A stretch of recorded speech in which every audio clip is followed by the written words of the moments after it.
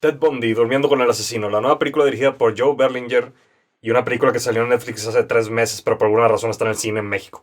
La persona que debió haber sido Light Yagami la hace Light Yagami si no tuviera Death Note. Como siempre, esta va a ser una reseña sin spoilers, lo que significa que puedes ver este video, luego ir al cine y no te vamos a arruinar la experiencia de ninguna forma.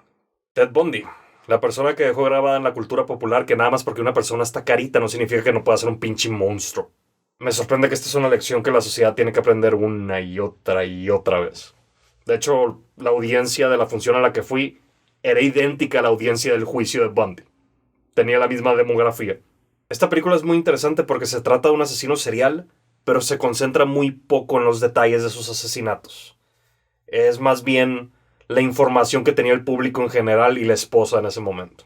Es un Ted Bundy desde el punto de vista del ojo público y de las personas que lo conocieron. Nunca tratan de hacer al Ted que estaba solo nada más y de las cosas horribles que hizo él solo. Muestra muy poco de todo eso.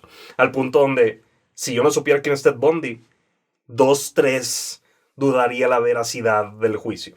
2-3 estuviera de su parte. Sobre todo en los primeros juicios, donde está bastante dudosa la cosa. Y eso da testimonio a lo inteligente y carismático que era este pinche monstruo. Esta es una película muy personal de parte de la esposa, sin embargo, esta sigue siendo una película de Ted Bundy. Sigue siendo su historia la que están contando. Pero me encantó este ángulo que decidieron tomar. El del libro que escribió la esposa.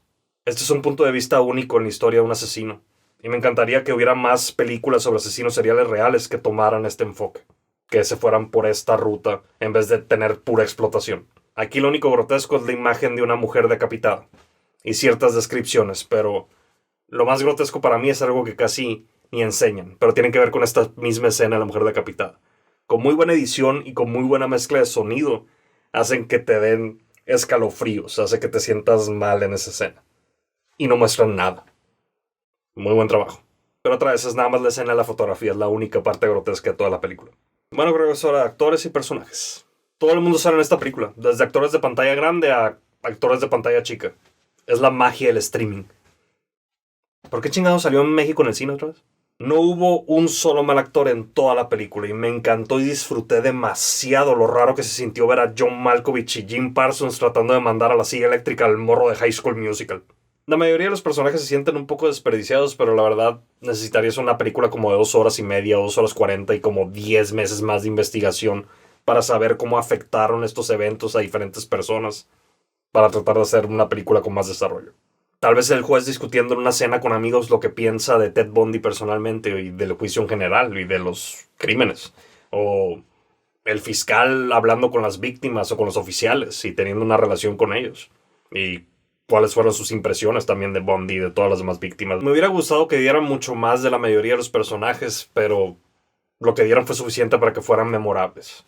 Y además otra vez esta es la historia de Ted Bundy y su esposa. Pero ahora que lo pienso, ese enfoque podría ser una muy buena película. No enfocarse en el asesino ni en los asesinatos. Hacerlo eso en mínimo y nada más enfocarse en las víctimas, los oficiales, los abogados, los fiscales, los familiares.